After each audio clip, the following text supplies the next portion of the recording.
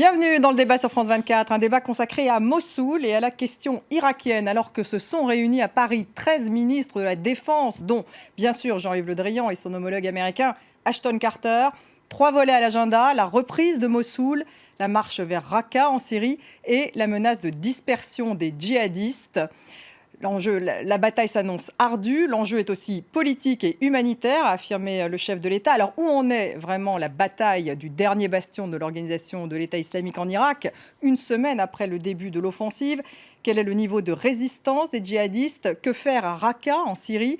Quel avenir politique en Irak? On en parle avec mes invités. Philippe Moreau-Desfarges, bonjour. Bonjour. Vous êtes chercheur à l'IFRI. Et en face de vous, le général Dominique Delors, ancien chef du centre opérationnel interarmé et président de la Saint-Syrienne. Merci à tous les deux d'être avec nous. Je voudrais juste vous faire réagir tout d'abord à ce qu'a pu dire tout à l'heure Jean-Yves Le Drian. C'était à 17h, heure de Paris.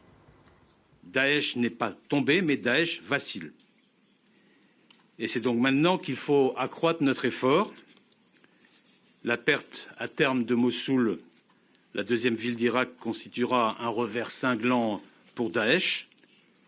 Ce sera une perte symbolique énorme, puisque c'est depuis cette ville que son chef avait cru pouvoir défier le monde civilisé. Et ce sera également une perte de ressources, puisque les centaines de milliers d'habitants ne pourront plus être rackettés ou recrutés de force.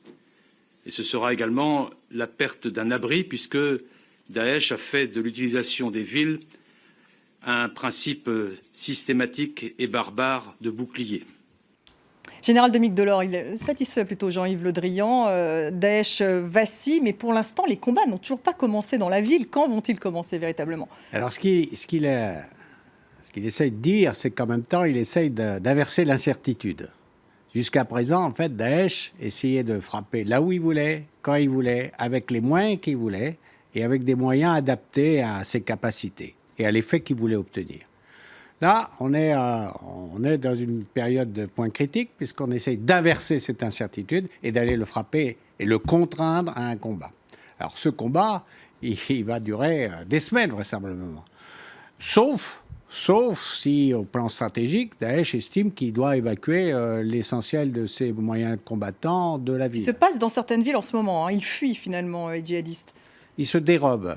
Il se dérobe exactement. Il se dérobe. En cas de différence entre fuir et se dérober, eh bien, se fuir, c'est généralement, on perd tout son équipement, on perd ses structures, on se délite, on se rend, etc. Se dérober, ça veut dire qu'il il garde ses capacités agressives, violentes. Quel est leur cruelles, niveau de etc. résistance, à votre avis? Quel est leur niveau de résistance? Alors, au niveau de résistance, il est composé à la fois de fanatiques, comme des jeunes qui l'engagent, comme kamikazes. Donc ça, c'est la partie la plus odieuse de son activité. La deuxième partie odieuse, c'est évidemment cette violence sur les populations, car il se cache dans la population ou au milieu de cette population. Parfois, il est même caché par la population, ce qui nous rend le travail beaucoup plus difficile. Et puis, il a quelques gens expérimentés et qui s'appuie sur une structure de commandement qui nous surprend parce qu'elle est à la fois très hiérarchique et elle emploie des systèmes qui ne sont pas les nôtres. Ils n'utilisent pas l'Internet, le téléphone, etc. De la même façon que l'on pourrait penser qu'ils l'emploient. Philippe Moreau-Desfarges, en quoi cette victoire à Mossoul est-elle essentielle dans cette guerre contre Daesh? Elle est essentielle et précaire. Elle est essentielle dans la mesure où il fallait marquer la reprise de Mossoul. Comme l'a dit Jean-Yves Le Drian, Mossoul est la ville dans laquelle al-Baghdadi avait proclamé le califat. Il espérait probablement à partir de là bâtir une sorte de proto-État et de ce point de vue-là, il a échoué. C'est essentiel, mais tout va être difficile. D'abord, la reprise de la ville. Et une autre chose qu'on ne voit pas, c'est que la ville est un véritable enjeu non seulement entre Daesh, mais entre les différentes communautés irakiennes. Et n'oubliez pas que, notamment, parmi les protagonistes essentiels de la reprise de la ville, il y a les Kurdes. Or, les Kurdes ont leur visée aussi sur Mossoul. Donc, l'administration de la ville reprise va être extrêmement difficile. Donc, il va falloir combiner à la fois la poursuite de Daesh et peut-être la destruction de Daesh et en même temps l'administration de cette ville. Dernière chose qui est importante, c'est que si les forces irakiennes veulent être accueillies en libératrices, elles ne doivent pas trop détruire la ville. Ça, c'est important. Elles doivent montrer à la population qu'elles... Il y a une problématique humanitaire qui se pose. Exactement. Il y a une problématique qui va être très compliquée parce qu'il va falloir approvisionner la ville. Et surtout, il va falloir empêcher les différentes communautés de se battre pour cette ville. Et je vous rappelle que l'un des protagonistes essentiels, ce sont les Kurdes, et les Kurdes attendent leur récompense. Quelle est la récompense des Kurdes? C'est une forme de reconnaissance politique qu'ils ont déjà en partie en Irak. Donc ça va être une partie très difficile pour les... Est-ce que les armées irakiennes ou les dirigeants irakiens auront le courage et l'audace de gérer ça? On verra. Général Dominique Delors, les djihadistes donc s'enfuient vers Raqqa, d'après ce qu'on entend dire. Que doit-il se passer à Raqqa? Ils en ont parlé aujourd'hui. Est-ce qu'il faut intervenir à Raqqa aussi? Est-ce que ça fait partie justement, parce que c'est l'autre grand bastion de l'organisation de l'État islamique, sauf que c'est en Syrie, que la donnée est encore différente, presque encore plus complexe que Mossoul? Oui, alors ça c'est une inquiétude que partagent les Américains et les Français. C'est sur ce basculement en direction de Raqqa. Et en même temps, la coalition essaie d'employer deux concepts un peu nouveaux qui sont l'ubiquité, c'est-à-dire cette capacité à toucher l'ensemble du territoire où se trouve Daesh, et la foudroyance. Et la foudroyance, c'est-à-dire en utilisant les moyens les plus modernes, d'avions, d'artillerie, de précision, pour toucher Daesh là où il est. Car il est bien entendu... la stratégie serait la même à Raqqa qu'à Mossoul. Mais en même temps, c'est très difficile. Pourquoi? Parce que, comme on vient de l'évoquer, il se mélange à la population. Et il est évidemment, il serait hautement regrettable de générer d'autres combattants de Daesh parce qu'on traiterait le terrain de manière trop brutale. Ce qui rend le travail extrêmement difficile. Et ce qui montre bien, et vous l'avez évoqué un moment, c'est qu'il y a, dans la stratégie, les termes évoluent, c'est les champs immatériels qui sont maintenant employés, et sur lesquels nous devons nous engager, c'est la propagande, c'est les champs Internet, c'est les sites Internet, c'est faire connaître. Et ça, il y a un énorme travail.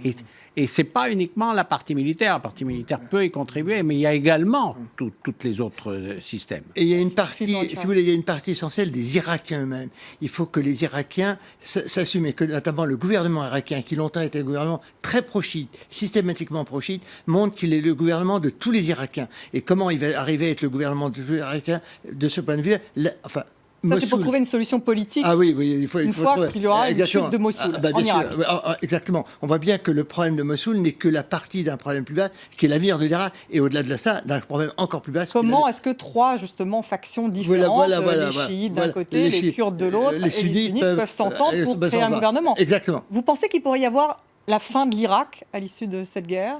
Là, on sort un peu du propos de l'émission, mais... non, c'est l'avenir politique de l'Irak. Écoutez, il est clair qu'il y a un problème sur l'avenir des frontières, et notamment le problème numéro un, il vient quand même des Kurdes. Si vous voulez, les Kurdes, on voit bien que le phénomène des Kurdes a monté depuis des années, depuis des décennies. Les Kurdes ont l'espoir d'avoir un État, enfin, ils ne le disent pas comme ça, mais ils ont l'espoir d'avoir un État. Ils ont déjà un proto-État dans le nord de l'Irak, justement, tout près de Mossoul, et on voit bien que là, il y a véritablement un risque. Et je répète, les Kurdes attendent leur récompense. Et de ce point de vue-là, les Américains et les Occidentaux sont un peu ambigus. Ils ont besoin de l'aide des Kurdes, mais je pense qu'ils n'ont pas envie de donner cette récompense. Et derrière ça, il y a un autre acteur très important qui est la Turquie, pour laquelle les Kurdes sont la première menace. Vous voyez, on voit, on est dans un jeu de poupées russes où s'emboîte à la fois le conflit, la crise irakienne, la crise syrienne, et au-delà, le problème de la Turquie. D'où le problème peut-être majeur, qui n'est pas vraiment Raqqa, qui est quels sont les véritables buts de guerre que se fixe. Alors quels sont les véritables buts de guerre? Ça, c'est l'expression. On en a une translation à travers les propos officiels, mais quels sont-ils exactement? Et sont-ils d'ailleurs traités? Et c'est pas facile, nous l'avons vu dans le passé. Combien il est difficile d'essayer de définir ce pourquoi on se bat, pour pouvoir justement amener en convergence. Là, c'est la destruction de l'organisation de l'État islamique. Mais c'est insuffisant. C'est insuffisant, exactement. C'est une phase. Oui. Si on ne pourra arriver à la destruction de l'État islamique que si on a à peu près dessiné pour ceux qui combattent, quel est leur avenir. Car la motivation... Pour l'instant, ça n'est pas fait, j'imagine. Pour le moment, ça n'est pas fait. Et puis, n'oubliez pas que... C'est la grande incertitude. N'oubliez pas que Daesh n'est qu'un élément de l'hydre terroriste. Il y a Al-Qaïda qui existe toujours, il y a des éléments, et on voit bien que peut-être l'une des stratégies politiques que l'on devrait avoir, c'est d'amener ces groupes à s'autodétruire les uns les autres. S'autodétruire les uns les autres. Ah bah oui. C'est une stratégie politique. Ah, certainement. Ça, c'est la stratégie typique des Britanniques, et c'est une stratégie qui est souvent gagnante. C'est terrible. Non. Quand vous avez un ennemi extrêmement dangereux, vous l'amenez à s'autodétruire. Comme quand vous avez un scorpion, vous l'amenez à s'autodétruire. Et incontestablement... Donc, mais quel est l'ennemi, là? Alors, attendez, l'ennemi, c'est le problème terroriste. Il y a un problème terroriste. Ce terroriste est composé de plusieurs éléments. Daesh, Al-Qaïda, etc. Donc cet élément, c'est pas un ennemi, c'est une espèce d'hydre auquel on coupe la tête et il renaît sous une autre forme. Donc il faut amener cet hydre à s'autodétruire. Je pense que ça doit être une des démarches politiques que l'on doit mener. Et je pense que dans les états-majors... Comment faire? Il faut d'abord avoir une action militaire et ensuite... Alors il faut les repousser peut-être et les enfermer peu à peu. Vous savez, comme on enferme des bêtes sauvages et puis les amener à s'entretuer, parce que probablement Daesh va se réfugier vers l'Irak, vers la Syrie, et va se retrouver face à face avec Al-Qaïda. Et là, ils vont peut-être... oui, il faut souhaiter qu'ils s'entretuent. En tous les cas, ils ne sont pas d'accord sur certaines choses. Il y a véritablement des convergences. Général Dominique Delors. J'approuve complètement. Je trouve qu'il vous êtes faut d'accord avec sortir cette... de la stratégie un peu manichéenne pour entrer dans une stratégie un peu comme on lutte contre un cancer. Exactement. Donc avec un effet de cloisonnement et d'appui sur certaines forces pour liquider les plus dangereuses. Je crois que là, on y avance. Je veux dire que la réflexion stratégique avance. Évidemment, il est normal que la population mondiale espère des résultats rapides, mais je crois qu'on avance dans ce sens. C'est très difficile. Très difficile. On voit ces rassemblements à 14, et encore, il n'y a pas tous les partenaires qui étaient présents aujourd'hui. C'est très difficile. On progresse. Je crois qu'il va falloir du temps. Il va y avoir du temps. Et en attendant, on a tout de même cette opération militaire. Est-ce qu'il pourrait y avoir des frappes en fait sur Raqqa au même moment que sur Mossoul? Est-ce que ça pourrait être concomitant? Oui, je pense que oui, parce que c'est le principe de l'ubiquité, justement. Si on trouve des objectifs valables sur Raqqa, ils seront traités. Les capacités aériennes et autres de la région sont suffisantes pour pouvoir traiter simultanément des objectifs sur Mossoul et sur Raqqa, si ces objectifs méritent l'attention. C'est ce que je pense que travaillent les Américains, les Français et les restes de la coalition. Attendez, il y a quelque chose, je veux dire, qui est un peu gênant dans cette réunion de Paris. C'est qu'il y a des protagonistes essentiels qui ne sont pas là. Et je pense à tous les gouvernements du Moyen-Orient. Probablement la Turquie, malgré tout, qui est dans l'Alliance Atlantique, le gouvernement irakien, le gouvernement syrien. Et malgré tout, pourquoi sont-ils absents? Parce que d'une part, d'abord parce qu'on leur fait pas confiance. On les a pas invités, on leur fait pas confiance. Et puis parce qu'on ne sait pas très bien comment négocier avec eux. Alors, notamment le gouvernement irakien, on attend du gouvernement irakien justement qu'il recrée un Irak unifié. Il n'est pas sûr que le gouvernement irakien veut ça. Quant au gouvernement syrien, vous savez très bien que M. Bachar al-Assad est quelqu'un avec qui on ne parle pas. Donc il y a une très grande difficulté. Et M. Erdogan aussi est un pestiféré. Donc comment gérer cette situation en ignorant, je dirais, le niveau des États de la région qui quand même existent. Il ne peut pas y avoir de destruction de l'organisation de l'État islamique sans Mossoul, sans Raqqa et je dirais même sans la Libye. Tout doit rentrer dans une même logique. Général. Absolument. Comment faire? Là, il faut globaliser l'action contre les terroristes et éviter de leur laisser des espaces où ils pourraient trouver des zones de repos. C'est ce qu'on est en train de faire aujourd'hui. Alors, vous savez, là, après, on tombe pour les chefs d'État et pour les responsables sur un problème de capacité. C'est-à-dire quelles sont leurs volontés et les capacités qu'ils veulent mettre. Là, on verra pour l'année 2016, c'est à peu près réglé. En 2017, il va y avoir de grands changements aux États-Unis, en France. Les élections, bien sûr. Donc. Et donc là, on verra la détermination des chefs d'État. C'est sur les affaires essentielles, c'est avant tout un problème de détermination. Après, si les chefs d'État sont déterminés à lutter contre les terroristes, ils trouveront les alliances qui conviennent. Et ils trouveront les moyens pour l'agir. En général, vous êtes peut-être un petit peu optimiste parce que n'oubliez pas, contrôler le terrorisme, c'est contrôler tous ces immenses espaces dans lesquels les terroristes circulent. Je pense par exemple à un exemple qui n'est pas tout à fait dans cette région, mais qui est le Sahara. Comment va-t-on contrôler le Sahara? Et n'oubliez pas, ce sont des groupes mobiles. Il y avait un pari de Daesh de s'enraciner dans un territoire. Ce pari n'a pas marché, donc ils vont revenir sur une mobilité. Ils vont continuer à exister sans ce territoire. Exactement. Ah ben bien sûr, c'est évident. C'est évident. Et je pense qu'au sein de Daesh, et au sein de ces mouvements, il y a des débats sur quelle sera la stratégie. Mais ils seront affaiblis. Ou pas? Ils seront peut-être affaiblis, en tous les cas éparpillés. Éparpillés. Alors justement, comment évaluer les risques de contre-coups terroristes en Europe? Je sais que ça faisait partie de la réunion aujourd'hui. C'était une question compliquée. C'est une question grave, compliquée. Je pense que ce que vont faire les États européens, c'est d'essayer d'isoler la zone pour éviter d'avoir de transfert de terroristes, ils sont très nombreux, vers l'Europe. Ça va être très difficile. On connaît les problèmes des migrations, on connaît les problèmes des mouvements à l'intérieur de notre espace, etc.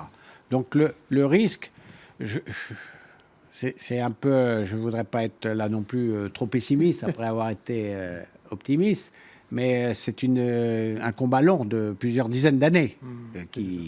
Plusieurs dizaines d'années, vous êtes d'accord? Oui, je suis tout à fait d'accord. Et probablement sans victoire claire. Sans victoire claire. Une disparition, mais pas une victoire claire. Merci Philippe Moreau-Desfarges, merci Général Dominique Delors, merci à vous de nous avoir suivis. Et bien sûr, vous restez sur France 24.